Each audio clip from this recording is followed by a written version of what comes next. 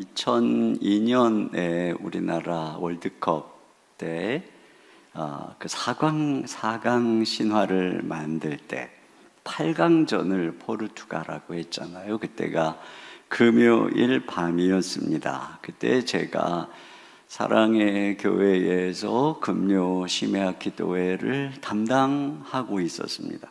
근데 어느 부서의 목사님이 그때는 본당에서 모든 성도가 월드컵 축구 이 8강전을 같이 보면서 응원을 했으면 좋겠다고 오카는 목사님을 설득해서 허락을 받아가지고 저한테 온 겁니다.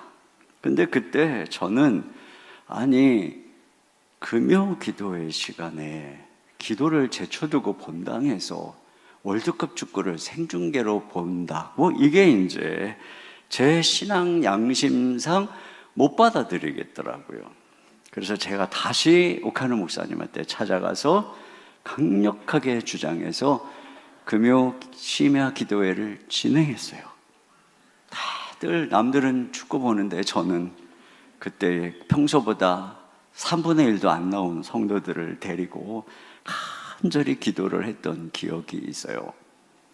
근데 만약에 지금 똑같이 우리나라가 월드컵 8강전을 하는 상황이 재현된다면 저는 본당에서 중계하면서 모든 성도들이 다 같이 와서 응원하자. 자, 그 금요 심야 기도가 있다 할지라도 그런 부분에 대해서 저는 지금은 했을 것 같아요. 왜냐하면 돌아보면 그게 엄청난 역사적인 순간이고 이 시간을 통해서 온 국민이 하나 되고 또 교회도 이 시대 이 이웃과 함께 웃고 함께 울어야 되는 사명을 가진 곳이니 본당에서 그때 그 순간에 생중계하는 것을 꼭 속되다 타협하는 것이다 라는 생각에서 제가 지금은 자유로울 수 있다는 생각을 합니다. 그러니까 지금 생각해보면 그때 그 목사님이 저보다 성숙했고 저는 좀 믿음의 약자였던 거죠. 난 그게 내 은 줄 알았는데. 여러분, 이처럼 우리 신앙에는 그것이 죄다 아니다라고 할 수 없는 자유의 영역이 있어요. 오늘 지난주부터 보고 있는 음식 문제도 누군가는 고기를 우상에게 아마도 바쳐졌던 것이라 생각하기에 그걸 먹는 것이 자기를 더럽히는 속된 것이다 라고 생각을 하겠지만 또 누군가는 하나님이 주신 모든 음식이 다 선한데 또 우상이 어딨냐, 다 그 목석이지, 감사함으로 먹으면 된다는 거죠. 여러분, 이렇게 달라요. 이럴 때 우리가 지난주에 핵심이 뭐였느냐면은 각자의 신앙의 양심에 따라서 마음의 확정대로 하라는 것이 성경의 가르침이었던 것이 간음이라든가 사기라든가 도둑질이라든가 폭력이라든가 술 취해서 방탕해지는 것과 같은 것은 분명히 금지하고 있습니다. 여러분, 이런 것들은 한순간도 허용할 수가 없어요. 그러나 음식, 취미, 기호, 문화적 다양성에서 비롯된 차이들의 경우는 다른 것이죠. 어느 목사님이 미국 웨스트민스터 신학교에 공부를 하러 갔는데 교수님들이 담배를 피시더래요. 그래서 이 신학교가 타락했구나 싶어갖고 학교를 옮겨서 켈빈 신학교를 갔는데 거기 교수님들도 담배를 피시더라는 거예요. 그제서야 이 담배라는 것이 우리나라처럼 그들이 이렇게 속되게 받아들이지 않는 문화구나 하는 것을 깨달았다는 거죠. 이와 같이 자유의 영역에 대해서는 오늘 바울이 서로 비판하거나 업신여기거나 하지 말고 각자 마음의 확정의 원리를 따라서 해라. 신앙 양심을 따라 해라. 그런데 이런 자유의 영역에서 조심할 부분이 있다는 것이죠. 그것은 자칫 신앙의 강자가 약자를 넘어뜨릴 수 있기 때문에 그렇습니다. 그래서 오늘 본문은 특별히 신앙의 믿음의 강자가 믿음의 약자를 배려해야 된다. 자, 그 원리를 우리에게 말씀해 주고 있어요. 자, 첫째는 뭐냐면 믿음의 자유보다 사랑이 앞서야 된다는 것입니다. 여러분 여기 13절에 보면 이제 13절 같이 한번 보겠습니다. 시작. 그런즉 우리가 다시는 서로 비판하지 말고 도리어 부딪힐 것이나 거칠 것을 형제 앞에 두지 아니하도록 주의하라. 네, 여기 보면은 부딪힐 것이나 거칠 것이라고 그러죠. 이건 누군가가 부딪혀서 거쳐서 넘어진다는 것입니다. 그러니까 그러지 않도록 주의해라. 그러면 왜 형제가 부딪히고 걸려서 넘어질까요? 14절을 봅니다. 시작. 내가 주 예수 안에서 알고 확신하노니 무엇이든지 스스로 속된 것이 없으되 다만 속되게 여기는 그 사람에게는 속되니라. 네, 여기 보면 내가 주 예수 안에서 알고 확신한대요. 무엇이든지 스스로 속된 것이 없다. 그러니까 하나님이 지은 모든 게 다 선하다는 것입니다. 그러니까 믿음의 강자는 바울은 그렇게 확신했어요. 그런데 뭐라 그러냐면은 그걸 속되게 여기는 사람에게는 속되다는 것입니다. 참 모든 음식이 다 깨끗한데 어떤 사람이 저거는 우상에게 드렸던 제물이기 때문에 더러워. 내가 저걸 먹으면 나를 더럽히는 거야. 라고 생각하는 사람에게 그건 속되다는 것입니다. 스스로 양심에 걸린다는 것이죠. 그러면서 이런 상황에서 15절 상반절에 만일 음식으로 말미암아 내 형제가 근심하게 되면, 여러분 음식으로 형제가 근심하게 되는 경우가 어떤 경우겠어요? 두 가지죠. 믿음이 강한 형제가 고기를 먹거나 또 술을 먹거나 하는 것을 보고 와, 저분이 저럴 수 있나 하고 시험 드는 것. 또 하나는 양심이 좀 꺼리끼기는 하는데 어떤 믿음이 강한 자의 권면과 분위기에 휩쓸려서 내가 고기를 먹은 것이죠. 술을 마신 거예요. 자, 그런데 그것으로 죄책감이 가지는 것. 자, 이게 이제 근심하는 것입니다. 자, 그런데 만약에 이런 상황이 된다면 그건 뭐냐? 15절 중반절에 이는 내가 사랑으로 행하지 아니함이라 이렇게 말하고 있어요. 그러니까 너는 네 믿음으로 인한 자유로 행하였지만 사랑으로 행하지는 않았다 이런 말씀을 하죠. 그런데 여러분 왜 갑자기 사랑이라는 말이 나올까요? 그 이유가 15절 하반절에 있어요. 15절 하반절입니다. 시작. 그리스도께서 대신하여 죽으신 형제를 내 음식으로 망하게 하지 말라. 네, 그러니까 이 형제가 누구냐면 그리스도께서 대신하여 죽으셨어요. 그만큼 그리스도께서 사랑한 형제라는 것이죠. 그러니까 여러분 우리가 형제 자매를 대할 때 그는 그리스도께서 자기 목숨을 내어주실 만큼 사랑하는 형제라는 사실을 기억해야 된다는 것입니다.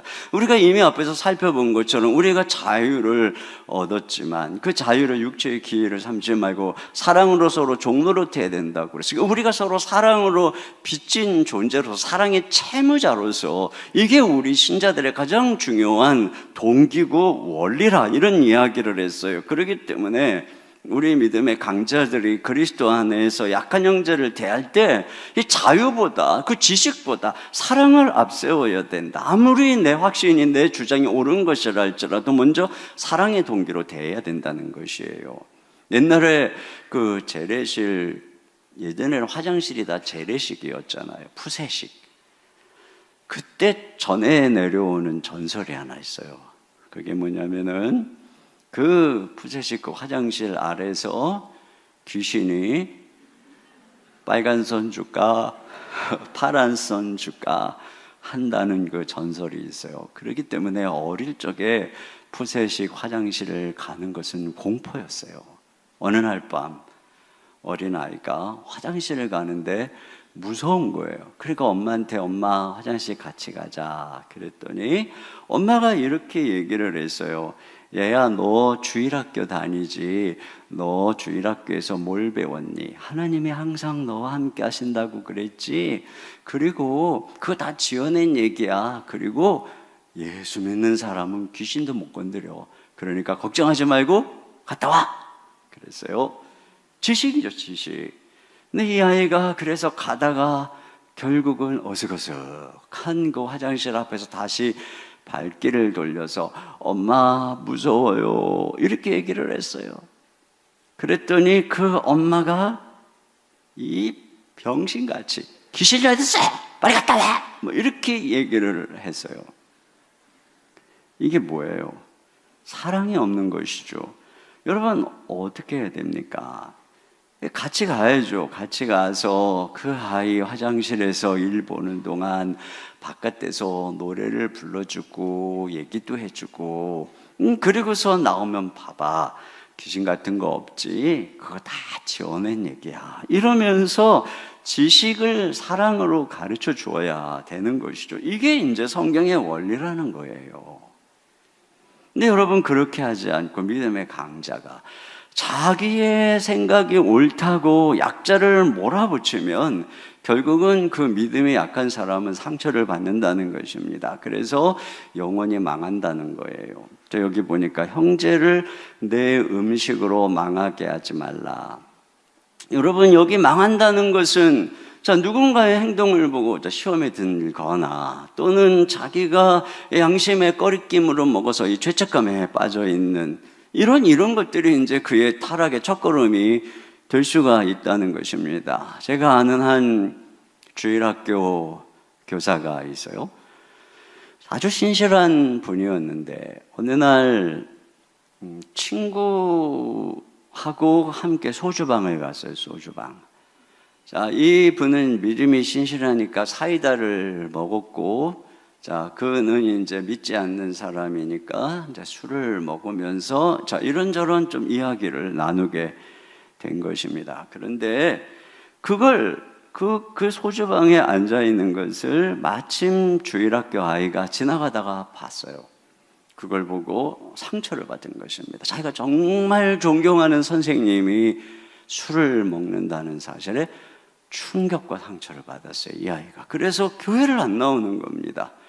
선생님이 찾아가서 자초지종을 말하고 얘야 선생님은 사이다를 먹었어 또 이런 일 한 거야. 근데도 아이가 아니에요. 제가 봤어요. 선생님도 술을 먹었어요. 그리고는 아이가 그날 이후로 교회를 안 나왔어요. 이게 이 선생님에게는 엄청난 충격이었죠. 여러분 실제로 이런 일이 일어날 수 있다는 거예요. 그래서 16절에 보면은 그러므로 너희의 선한 것이 비방을 받지 않게 하라 이렇게 되어 있어요. 여기 보면 자 보세요. 너희의 선한 것이죠. 여러분 이러한 믿음의 자유는 그리스도께서 주신 걸 누리는 것이기 때문에 선한 거예요. 또 뭐 이 교사로 생각해 보면 그는 실제로 뭐 사이다를 먹었을 뿐 아니라 또 그 믿음을 방황하는 친구랑 전도해 보려고 대화를 하고 있었어요. 선한 것이죠. 스스로 사실 양심 아무것도 꺼리는 것이 없는 선한 것이었어요.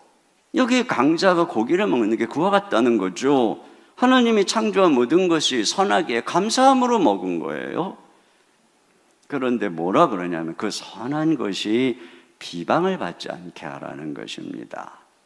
여러분 나는 옳고 나는 뭐 아무 꺼리낌이 없으니 뭐 누가 나를 비방해도 괜찮아 이렇게 생각하고 행동한다면 우리는 사랑으로 한 것이 아니라는 것입니다. 그리고 우리의 이러한 행동에 누군가가 상처를 받을 수 있다는 것이죠. 여러분 이것이 단순히 뭐 먹는 문제뿐 아니에요. 우리가 성경을 공부하고 알아가다 보면 복음을 깊이 알고 뭐 그렇게 하다 보면 이제 다른 사람들이 그렇지 못한 것들이 발견이 된단 말이에요. 근데 그럼에도 불구하고 항상 앞서야 되는 건 내 지식이나 그것이라는 판단이 아니라 사랑인데 사랑보다 뭐 옳고 그름을 더 앞세울 때 문제가 생기는 것이죠. 제가 이 대학부를 지도할 때 한 자매가 이제 제자훈련을 받았는데 그 당시만 해도 교회에서 성경 공부를 한다거나 또 더욱이 뭐 제자훈련을 한다거나 이런 일들이 별로 없었어요.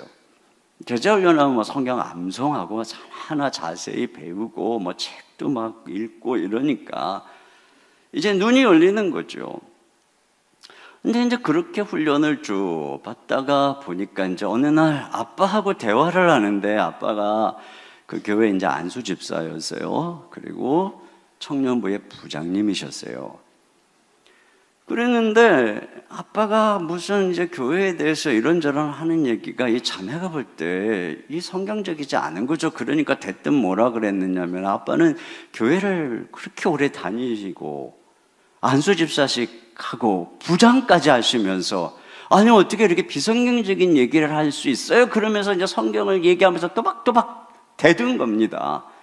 그러니까 이제 이 집사님은 뭐 자기는 훈련 같은 거 안 받아봤으니 말이 딸리는 거죠. 화가 났어요. 그 저한테 오신 겁니다. 아니 도대체 교회에서 애들을 어떻게 가르치는데 그렇게 아빠한테 눈을 동그랗게 뜨고 이렇게 대들고 따지게 만들 수가 있느냐고 저한테 그러신 거예요. 옳잖아요. 근데 여러분, 이런 일들이 종종 있어요. 그래서 이 교회의 이 그 목사님들이 제자훈련하는 교회에서 온 성도들을 무서워해요. 왜냐하면은 다른 분들은 그냥 이렇게 넘어가는 거를 토박토박 이렇게 따진다는 거예요. 그러다 보니까 환영받지 못하는 이 비방받는 이상한 일이 벌어지고 있는 것이죠. 왜 그렇습니까? 내가 성경적이고 이게 옳다라고 하는 그 지식으로 인해서 그렇지 못한 약자를 업신여기고 배려하지 않은 결과, 그러니까 사랑으로 하지 않은 결과라고 하는 것입니다. 두 번째는 자유를 주신 진정한 목적, 본질을 기억해야 한다는 거예요. 여기 갑자기 하나님 나라 얘기를 하고 있어서 17절을 같이 보겠습니다. 시작.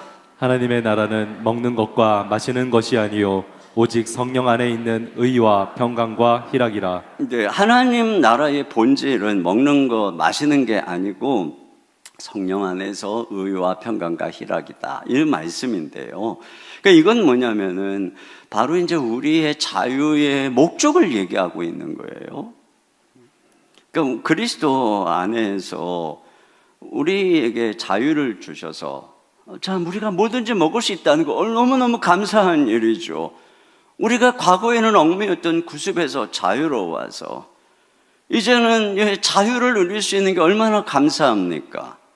그런데 우리를 그렇게 해방시켜 주신 그 궁극적인 이유는 그렇게 해서 뭐 먹고 마시는 데 초점이 있는 것이 아니라 진정한 목적은 성령 안에서 의와 평강과 희락의 공동체를 만드는 데 있는 것이다. 그 말씀을 하고 있는 거예요. 여러분, 왜 그러면 갑자기 의와 평강과 희락일까요? 이 앞에 이제 보면 로마서 5장에 가면 우리가 예수님을 믿을 때 그 예수님으로 말미암아 우리에게 주어지는 세 가지가 나오는데 그것을 로마서 5장 1, 2절에서 볼 수 있습니다. 같이 보겠습니다. 시작. 그러므로 우리가 믿음으로 의롭다 하심을 받았으니 우리 주 예수 그리스도로 말미암아 하나님과 화평을 누리자.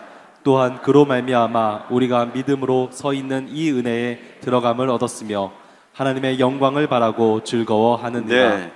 그러니까 우리 신자들이 예수님을 믿을 때 그 분이 우리를 모든 죄에서 자유케 함으로써 주어진 첫째는 뭐냐? 의롭다함을 얻었다는 것입니다. 우리가 부족하지만 예수님 안에서 다 하나님이 우리를 받아들이는 것입니다. 그분의 의의 옷을 입혀주신 것이죠. 그래서 하나님이 받으신 형제를 우리도 받는 이런 공동체를 만들라고 하나님이 우리에게 자유를 주신 것이지 뭐 판단하고 업신여기라고 그런 게 아니라는 것입니다. 또 그 자유는 우리가 더 이상 이제 하나님을 두려워하지 않고 하나님과 화평을 누리는 그런 존재로 우리를 만드신 거예요, 예수님이. 그렇기 때문에 그런 하나님이 주시는 평강을 바탕으로 형제 자매들과 이 화목하고 평화를 누리라고 주님께서 우리를 그 모든 종 노릇에서 두려움에서 해방시켜 주신 것이란 말이죠. 또 셋째로 우리는 이제 장차 나타날 영광으로 말미암아 우리가 이제 상속자가 되었기 때문에 여러분 그 기쁨을 소유한 자라는 것입니다. 그러니까 이런 그 근본적인 하늘의 기쁨을 소유한 희락의 공동체를 만드는 것이, 이것이 이제 이게 하나님 나라의 특징이라고 하는 거죠. 그러니까 주님께서 우리를 자유케 하신 진정한 목적은, 본질은 의와 평강과 희락의 공동체를 만드는 것이고, 강자가 힘써야 되는 진짜 초점은 거기에 있는 거지. 뭘 먹냐, 뭐를 안 먹냐, 뭐가 더 성경적이냐, 이런 것이 아니라는 거예요. 예전에 우리 아이들이 이제 어릴 때 종종 이제 아이들하고 외식을 하러 갑니다. 그럼 너무너무 신나죠. 자, 그러면 이제 차를 타고 가면서 뭐를 먹을까? 이제 이렇게 서로 얘기하면, 큰 아이가 갈비탕이 먹고 싶어요. 그러면 둘째가 난 갈비탕 싫어. 곱창 사주세요. 셋째는 저는 바지락 칼국수가 먹고 싶어요. 근데 사실 나는 동태찌개가 먹고 싶었어요. 뒤에서 난리가 납니다. 의견이 협상이 안 되니까 어떻게 가족의 화목을 위해서 외식하러 가는 길이 그냥 다툼이 일어나는 거예요. 그런데 이제 지금은 애들이 성숙했잖아요. 야, 그래서 우리 뭐 먹으러 갈까? 그러면 애들이 의논을 하는 거예요. 아빠는 이거 싫어해. 엄마는 이거 좋아하지. 또 이거는 언니가 안 좋아하는 건데, 이거는 너희들이 안 좋아하는 거지. 그러면서 자기들이 협상을 하고 양보를 하고 그렇게 해요. 그래서 뭔가를 선정을 하니까 우리 안에 의와 평강과 희락이 이루어지는 거예요. 이게 성숙인 것이죠. 그러니까 믿음이 성숙하다, 믿음이 강하다는 것은 바로 이렇다는 거예요. 어떤 게 영양학적으로 좋고 어쩌고저쩌고 이런 것보다 말이죠. 여러분, 사실 그렇게 이제 늘 양보할 때 가장 늘 양보하는 사람은 제 아내예요. 늘 양보해요. 둘이 밥 먹으러 가도 항상 당신이 원하는 걸로 가세요. 그러니까 아내가 제일 성숙하고 저희 집사람 때문에 저희 집에 이 화목과 평강이 이루어지는 것이에요. 이게 성숙이죠. 그렇다고 저도 가끔씩은 양보하기는 합니다만. 여기 보면은 18절 같이 한번 읽어보겠습니다. 시작. 이로써 그리스도를 섬기는 자는 하나님을 기쁘시게 하며 사람에게도 칭찬을 받느니라. 네, 여기 보면 이로써 그리스도를 섬기는 자는 이렇게 되어 있는데, 이게 이제 이로써가 이런 방식으로 그리스도를 섬기는 자는 이런 의미인 것입니다. 그러니까 여러분, 우리가 그리스도를 섬기는 방식은 바로 이런 거라는 거예요. 뭐가 옳다, 뭐가 그러다가 아니라 의와 평강과 희락을 추구하는 것, 그것이 곧 그리스도를 섬기는 것이란 말이죠. 그럴 때 어떤 일이 일어나느냐? 하나님을 기쁘시게 하는 것이고 사람들에게도 칭찬을 받는다는 것입니다. 앞에서 우리의 선한 것이 비방을 받을 수 있다고 그랬잖아요. 여러분, 우리가 지식과 우리의 믿음을 강요하면은 약자들에게 실족하게 하고 이게 비방을 받습니다. 서로 비판하고 업신여기는 일이 일어나는 것입니다. 그런데 의와 평강과 희락이라고 하는 그 본질을 쫓고 이 사랑을 앞세우면은 오히려 어떤 일이 사람들이 칭찬하는 거예요. 그러니까 우리가 이런 이 사소한 일에 목숨 걸면 안 되고, 그것이 무슨 규정이든 먹는 것이든 마시는 것이든 그게 아니라 이 더 중요한 이 본질을 중시하고 추구해야 된다는 것입니다. 언젠가 강사님이 오셔서 어떤 부부가 이렇게 싸우다가 이혼을 했다는 이야기인데, 원인이 되게 우스워요. 이제 신혼부부인데 신부가 감자를 쪄주면서 설탕을 준 겁니다. 그러니까 이 신랑이 고추장을 달라고 그런 거예요. 그러니까 이제 신부가 고추장을 주면 되는데 세상에 감자를 고추장 찍어 먹는 게 어딨냐? 그랬더니 신랑이 그러면 감자를 설탕 찍어 먹으란 법이 있냐? 그 티격태격 하다가 집안 얘기까지 나오게 되고, 그러고 결국은 이혼 소송이 이르게 됐다는 것입니다. 세상에 감자는 소금 찍어 먹는 거 아닌가요?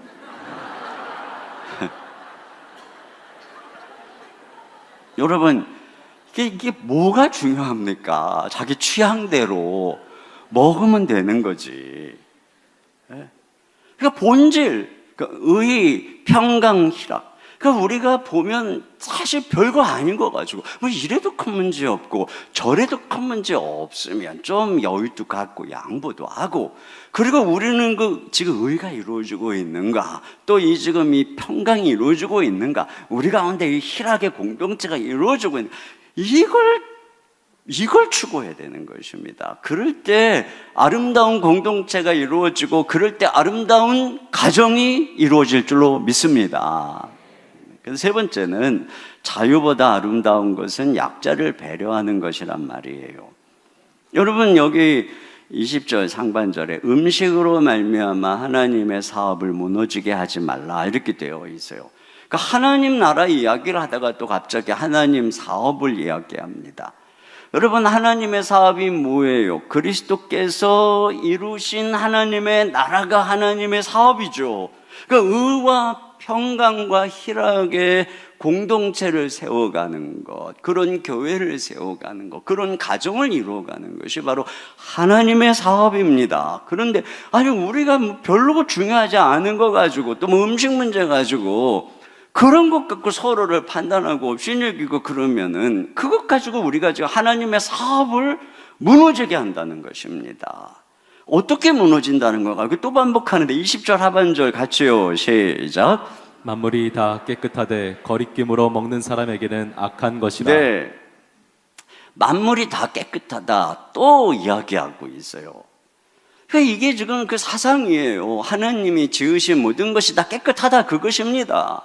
그런데 거리낌으로 먹는 사람에게는 그것이 악하다 이렇게 말씀하고 있어요. 여러분, 거리낌으로 먹는다는 것을 원문에 가깝게 해석하면은 누군가를 꺼리끼게 먹는다는 것입니다. 누군가를 걸려 넘어지게 먹는다는 것입니다. 그렇게 될 경우에는 그 음식이 깨끗하다 할지라도 그 음식을 먹는 일은 악하다는 거예요. 그래서 우리가 하나님의 사업을 무너뜨린다는 것이죠. 그래서 바울이 우리 믿음의 강자들이 해야 될 배려에 대해서 권면을 하고 있어요. 뭐라고 권면하는가? 보세요. 21절 시작. 고기도 먹지 아니하고 포도주도 마시지 아니하고 무엇이든지 내 형제로 거리끼게 하는 일을 아니함이 아름다우니라. 그렇습니다. 만약에 내가 그것을 먹어서 형제가 거리끼고 걸려 넘어진다면, 고기도 먹지 않고 포도주도 먹지 않는, 여러분, 이것이 아름답다. 형제를 위해서 스스로 자유를 제한하는 것이 아름답다는 것이에요. 바울이 이렇게 말하는 것은 자기가 그렇게 살기 때문에 그래요. 고린도전서 8장 13절 같이 봅니다. 시작. 그러므로 만일 음식이 내 형제를 실족하게 한다면 나는 영원히 고기를 먹지 아니하여 내 형제를 실족하지 않게 하리라. 네, 이게 바울의 결심입니다. 옳고 그름이 아니라 뭐 자유냐 믿음이 약하냐 강하냐가 아니라, 형제가 실족한다면 나는 영원히 고기를 안 먹겠다.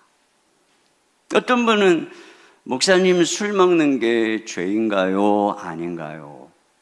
이런 질문은 너무 유치한 질문인 거예요. 무슨 질문을 던져야 될까요?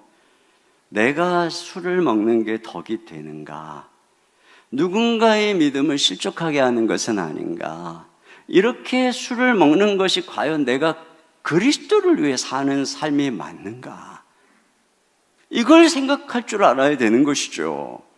우리 한국교회 초창기 선교사님들은 이 부흥상의 사경회를 하다가 중간에 쉬는 시간에 막걸리를 음료로 내놓았다고 그래요. 그러니까 초창기의 선교사님들은 술을 어느 정도 허용을 한 것입니다. 그런데 가만히 보니까 온 나라가 술로 망하고 가정들이 막 술로 너무 어려운 것을 발견한 것입니다. 뭐 그때뿐이 아니죠. 지금도 그렇잖아요. 바바라 톰슨이라는 분이 한 잔 술로 죽어가다라고 하는 책에서 말한 통계에 의하면은 방화 사건, 익사 사건의 80%, 폭력 사건의 60%, 자살 사건의 30%가 술 때문에 일어나고 있다. 이렇게 얘기를 하고 있습니다. 그래서 선교사님들이 1901년에 예수교 장로회 공의회에서 신앙 지침서를 만들었어요. 그래서 7가지 강령을 만들었는데 그 7가지 강령이 뭐냐? 첫째, 예배 추석 철저히 할 것. 둘째, 성수 주일할 것. 셋째, 부모에게 효도할 것. 넷째, 일부 일처 제를 지킬 것. 다섯째, 인가 기도, 즉 가족을 전도할 것. 근면 성실할 것. 근면 성실하게 일해야 된다는 거고, 7번째, 금주 금연할 것. 이렇게 되어 있습니다. 왜 이렇게 했을까요? 그러니까 양심의 자유가 형제들을 실족하게 하고 가정을 어렵게 하고 또 이 세상에 본이 안 되니까, 그러니까 하나님의 사업이 무너지니까 이렇게 이제 그걸 제한한 것입니다. 여러분, 우리나라 헌법에도 양심의 자유가 있지만 그 양심의 자유를 마음대로 막 행사할 수 없어요. 그래서 그는 국방의 의무를 감당해야 됩니다. 그 개인의 양심의 자유보다 국가 공동체의 생존이 우위에 있는 것이에요. 그렇기 때문에 그 자유를 제한하는 것입니다. 마찬가지예요. 여러분, 우리에게 신앙 양심의 자유가 있지만 그거보다 더 위에 있는 것이 무엇이냐? 바로 공동체의 화목인 것입니다. 사람 생명인 것입니다. 그 아무리 신앙 양심상 옳은 것이어도 형제를 망하게 하거나 공동체를 무너뜨리는 일이라면은 그러한 자유는 제한되어야 한다. 이렇게 말씀하고 있는 것이에요. 네 번째로 강자와 약자의 조화를 위한 원리를 말해주고 있습니다. 앞에서 이제 마음의 확정의 원리를 이번에는 이 믿음의 확신이라고 하는 말로 바꾸어서 우리에게 설명해 주고 있는데, 먼저 믿음의 강자에게 가져야 되는 자세에 대해서는 그 믿음을 스스로 가지고 있으라 이렇게 말하고 있는데, 특별히 이렇게 가지고 있으라는 거야, 그 믿음을. 22절 상반절 같이요. 시작. 내게 있는 믿음을 하나님 앞에서 스스로 가지고 있으라. 네. 여러분, 강자가 약자를 위해서 믿음을 배려하고 스스로를 제한한다고 해서 자기가 갖고 있는 이 믿음의 확신을 포기해라, 자기가 갖고 있는 믿음의 신념을 포기해라, 그런 뜻이 아니라는 것입니다. 배려를 하기는 하지만 스스로는 그 믿음을 굳건히 가지고 있으라, 그 얘기인 것이죠. 그러면서 뭐라 그래요? 22절 하반절 시작. 자기가 옳다 하는 바로 자기를 정죄하지 아니하는 자는 복이 있도다. 네, 자기가 옳다라고 생각하는 것에 대한 분명한 확신이 있어서 내가 그 일을 할 때 마음에 꺼림이 없는 그런 사람은 복이 있다는 것이에요. 믿음의 확신이 분명해서 과거의 관습에 얽매이지 않고, 그것이 뭐 미신적인 습성이든 어떤 것이든 그런 모든 것에서 예수님으로 말미암아 자유하기 때문에 이제는 그것들이 더 이상 내 마음에 꺼림이 되지 않는, 그건 온전히 그리스도께서 십자가에서 주신 그 자유를 누리는 믿음이라는 것이에요. 그러니까 그런 사람은 복되다는 것입니다.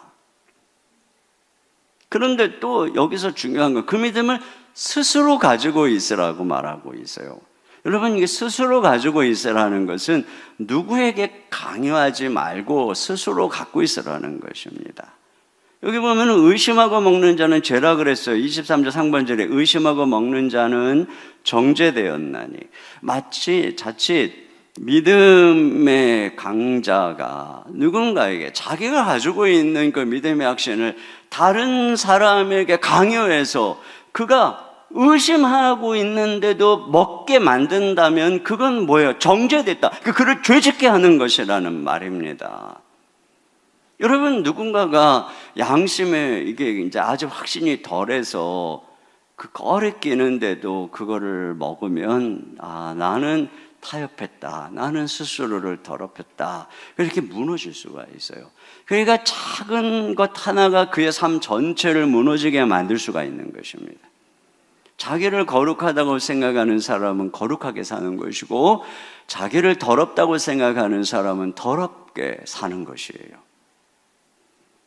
그렇기 때문에 이런 일에, 작은 일에 이 마음에 꺼리낌이 있으면 더 깊은 타락으로 나갈 수 있는 것입니다. 어떤 한 자매가 이제 다녔던 교회는 화장을 하는 건 죄라고 가르쳤던 교회를 다닌 거예요. 부모님에게도 그렇게 배웠겠죠. 그러다가 이제 이 아이가 고등학생이 되면 한참 이제 화장에 관심이 많잖아요. 그런데 같은 반에 다른 크리스찬 아이들은 그렇게 배우지를 않으니까 마음껏 화장을 하고 다니고 또 이 아이에게도 자꾸 얘기하고 그러니까 얘가 이제 그 강요와 설득에 넘어간 것입니다. 그래가지고 집에서 나오면 이제 화장을 하고 그리고 다니다가 또 들어갈 때는 화장을 지우고 이렇게 들어갔어요. 근데 이게 이제 이 아이의 마음에 꺼려진 거예요. 내가 지금 하나님 말씀대로 살고 있지 않고 내가 친구들과 인기를 위해서 타협했다. 이게 이제 이 아이의 신앙을 무너뜨린 것입니다. 그러면서 점점 이 아이가 더 성적인 문란에 쉽게 빠져들어가는 그런 상황이 됐다는 것입니다. 술 한 잔만. 근데 내가 그 한 잔을 먹었다는 이유로 나는 이제 타협했어. 이런 이유로 그냥 술을 취하도록 먹고 방탕하게 되는 그런 계기가 될 수 있다는 거예요. 그래서 여러분, 이 강자가 자신의 자유를 제한할 때에 받는 손해보다 믿음이 약한 사람이 당하는 위험이 훨씬 더 치명적이다라고 하는 것입니다. 자, 그러니까 강자에게는 이렇게 권면을 하는 것이고 약자에게는 뭐라고 하냐면은 먼저는 이 굳건한 믿음을 가지라라고 하는 뉘앙스를 발견할 수 있어요. 23절이요. 다 같이요. 시작. 의심하고 먹는 자는 정죄되었나니 이는 믿음을 따라하지 아니하였기 때문이라. 믿음을 따라하지 아니한 것은 다 죄니라. 네. 여기서 의심하고 먹거나 믿음을 따라하지 않는 게 죄라고 하는 것을 보면 이건 1차적으로 의심하지 말고 하나님 말씀에 대해서 그리스도가 이루신 자유에 대해서 굳게 믿어야 된다. 자, 이것을 역설적으로 말해주고 있는 것입니다. 예수를 믿고 교회를 다닌 지 오래가 됐는데도 예수님께서 이루신 놀라운 구원의 사건과 자유가 무엇인지 모르고 여전히 과거의 관습에 매여 있고 무속적 습성에 매여서 살아가면 안 된다는 것이죠. 그건 왜 그러냐면 믿음이 자라지 않아서 그런 것입니다. 여러분, 제가 감사하는 것이 무엇이냐면은 우리 성도들이 잘하고 있다는 거예요. 제가 지난 20년 동안 보면서 느끼는 것이 그것입니다. 우리 교회에 500여 명의 순장님들, 300여 명의 교사들, 또 많은 그 리더들이, 그러니까 1000명 가까운 평신도 지도자들이 다락방에서, 분방 공부에서, 또 조별 성경 공부 모임에서 매 주마다 하나님 말씀을 가지고 서로 나누다 보니 자라가는 거예요. 이게 믿음이 자라가는 것입니다. 또 훈련받고 성경 강좌 듣고 그러니까 점점 믿음이 자라고 성숙해지는 것이죠. 그래서 예수님이 이루신 그 승리의 모든 영역에서 자유를 누리고 은혜를 누리는 삶을 사는 것입니다. 교회 안에만 거룩하고 이 세상은 주님이 안 계신 것처럼 살지 않는 것이죠. 귀신에 매우 두려워하고 그런 관습의 사주팔자 관상 이런 것에 매이지 않는 것입니다. 과거의 전통만 거룩하고 현재의 모든 것은 세속적이라고 생각해서 다음 세대와 단절되는 그런 삶도 살지 않죠. 교회 봉사만 주의 일이고 가정을 돌보거나 회사의 일은 세상 일이라고 내팽겨치는 이런 삶도 살지 않아요. 주님의 통치가 모든 영역에 미치고 모든 것을 변화시키기에 모든 곳에서 그리스도인으로서 힘있게 살아가는 이런 놀라운 혜택, 이게 이제 우리가 믿음이 강해져야 되는 이유인 거예요. 그래서 우리가 계속 훈련을 받고 성장해 가야 된다는 것입니다. 그런데 그럼에도 불구하고 그런 성숙해가는 과정에도 불구하고 의심이 있거나 마음에 꺼림이 있을 수 있어요. 제가 그때 그 부목살 때인데도 불구하고 말이에요. 개척 바로 전인데 어떻게 금요심하게 될 때 왜 그 월드컵을 예배당에서 이 거룩한 예배당에서 중계할 수 있느냐? 저는 그때에 그게 제 신앙의 양심에 꺼려졌어요. 특히 담당하고 있는 제 입장에서. 그래서 저는 어떻게 한 거예요? 내 믿음의 확신대로 한 것입니다. 나도 엄청 포르투갈전이 보고 싶었고, 네?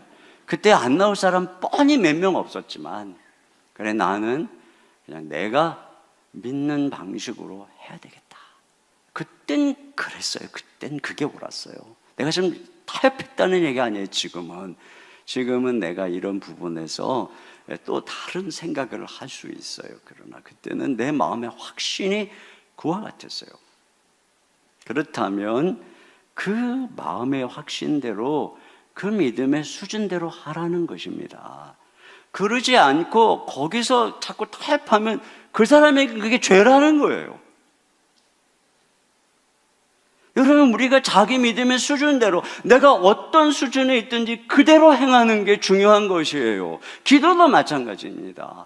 다른 사람 하는 기도문 읽고 그냥 수준 높은 기도를 하나님이 원하는 것이 아니라 내 수준에서, 내 마음에서, 내 믿음으로 하는 기도를 하나님이 받으시는 것이고, 내가 살아가는 모든 삶의 영역에서 마찬가지인 것입니다.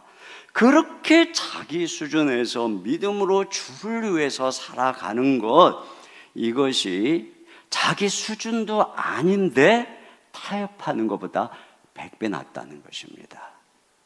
죄 짓지 않는 거라는 거예요. 그러면서 자라가야 되는 거예요. 그러면서 자라가야 되는 것입니다. 믿음의 강자는 어때요? 그걸 지켜줘야 되는 거예요. 받아줘야 되는 것입니다.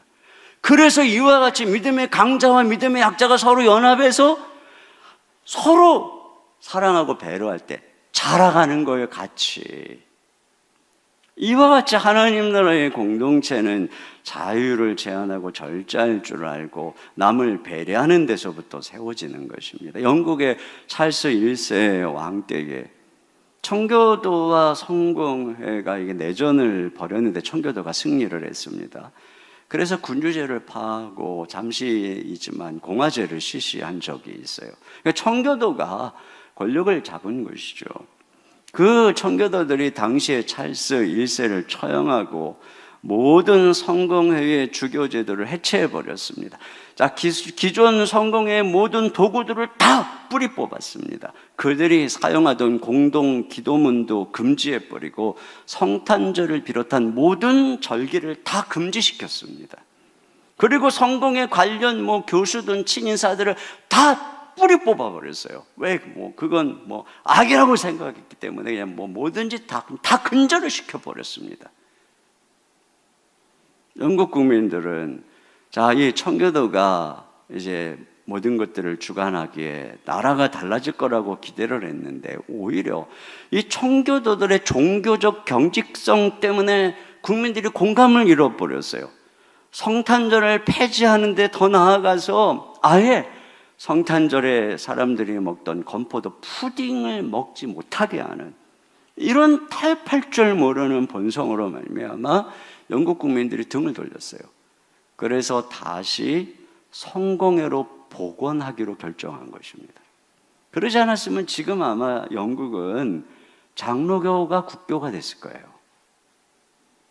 여러분, 저는 이게 역사의 귀감이라고 생각해요. 믿음이 좀 있다고 자기만 성경적이고 자기만 옳고 자기만 개혁적이고 다른 사람은 다 틀렸다고 아주 뿌리까지 뽑아버리는 것이 개혁이라고, 그럴 때 사람들은 등을 돌리는 것입니다. 왜 그래요? 성경이 본인들이 어긋나고 있는 거예요. 가장 중요한 사랑을 앞세우지 않았기 때문에. 물론 그것이 절대적인 진리라고 하면은 다른 문제겠죠. 그러나 지금 제가 말씀드리고 소개한 것은 그런 것이 아니었어요. 그것을 빙자한 모든 디테일까지 의와 평강과 희락의 나라를 세워야 돼요. 자유의 영역에서는 사랑을 앞세워야 됩니다. 그것이 내가 그리스도를 섬기는 거예요. 그런 방식으로 그리스도를 섬기는 것입니다. 그래서 그분을 위해 살고 그분을 위해 죽는 거예요. 그때 주님이 통치하는 아름다운 공동체, 아름다운 교회가 이루어질 줄로 믿습니다. 이 시간에 우리 같이 제가 여러분과 함께 부르고 싶은 찬양은요, 참 이 찬양 가사가 너무 마음에 와닿아. 여러분도 그럴 거예요. 나의 평생에 가장 복된 일은 내가 예수님을 만난 것이라. 나의 평생에 가장 잘한 일은 내가 예수님을 주로 섬긴 것이라. 세상 살 동안 내가 걷는 길이 때론 험하여서 넘어질 때도 주의 강한 손이 나를 붙드시니 나는 예수님만 주로 섬기며 살리라. 나는 주를 섬기는 것에 후회가 없습니다. 내가 걸어온 모든 시간 다 주의 은혜니 내가 걸어갈 모든 날도 주만 섬기며 살리. 여러분, 이 가사를 우리의 마음에 묵상하면서 내가 주님만 섬기며 살겠습니다. 우리 이 시간에 같이 찬양하며 주님께 나아갑니다.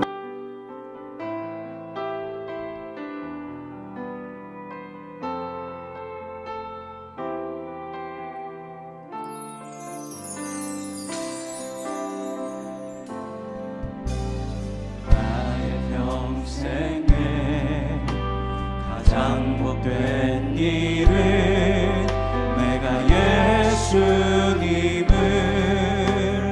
만난 것이라. 나의 평생에 가장 잘한 일은 내가 예수님을 주로 섬긴 것이라. 살 동안 내가 걷는 길이 때론 험하여서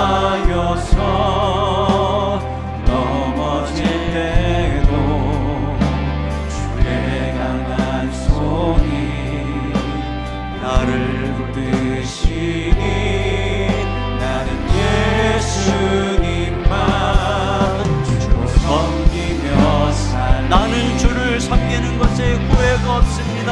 나는 주를 섬기는 것에 후회가 없습니다.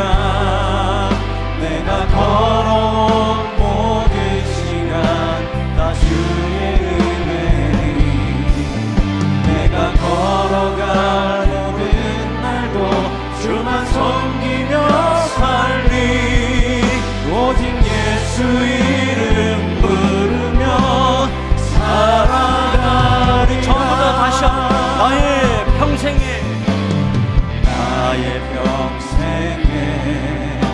가장 복된 일은 내가 예수님을 만난 것이라. 나의 평생에 가장 잘한 일은 내가 예수님을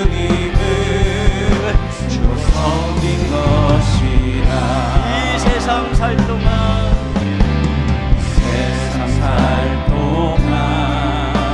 내가 걷는 길이 때론 험하여서 넘어질 때도 주의 강한 손이 나를 붙드시니 나는 예수님만 주로 섬기며 살리.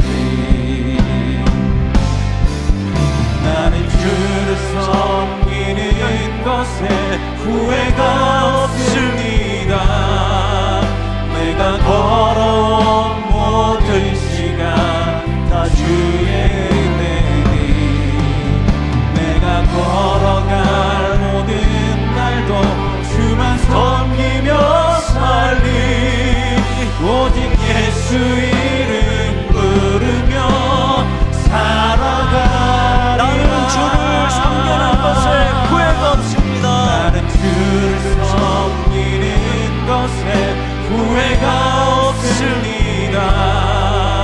내가 걸어온 모든 시간 다 주의 은혜니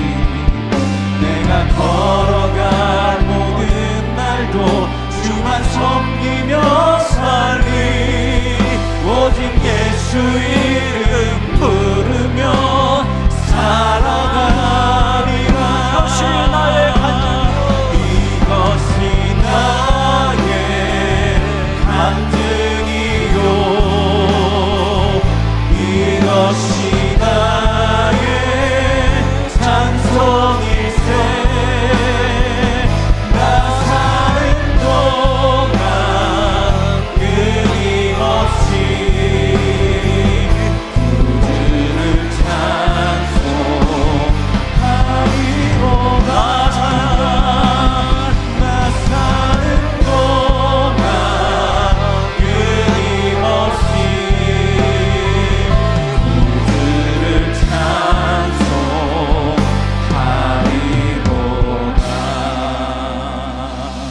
우리 기도 제목 같이 읽겠습니다. 함께 읽습니다. 주님, 그리스도 안에서 우리에게 주신 믿음의 자유보다 사랑을 우선하여 실천하며 약자를 돌봄으로 형제가 상처받지 않게 하소서. 주님, 하나님 나라는 먹고 마시는 데 있지 않음을 깨닫게 하소서. 오직 성령 안에서 의와 평강과 희락을 이루어감으로 하나님의 사업이 세워지게 하소서. 주님, 믿음의 확신을 가지고 서로 사랑하고 배려함으로 하나 되는 교회가 되게 하소서. 우리 같이 한 목소리로 기도하겠습니다.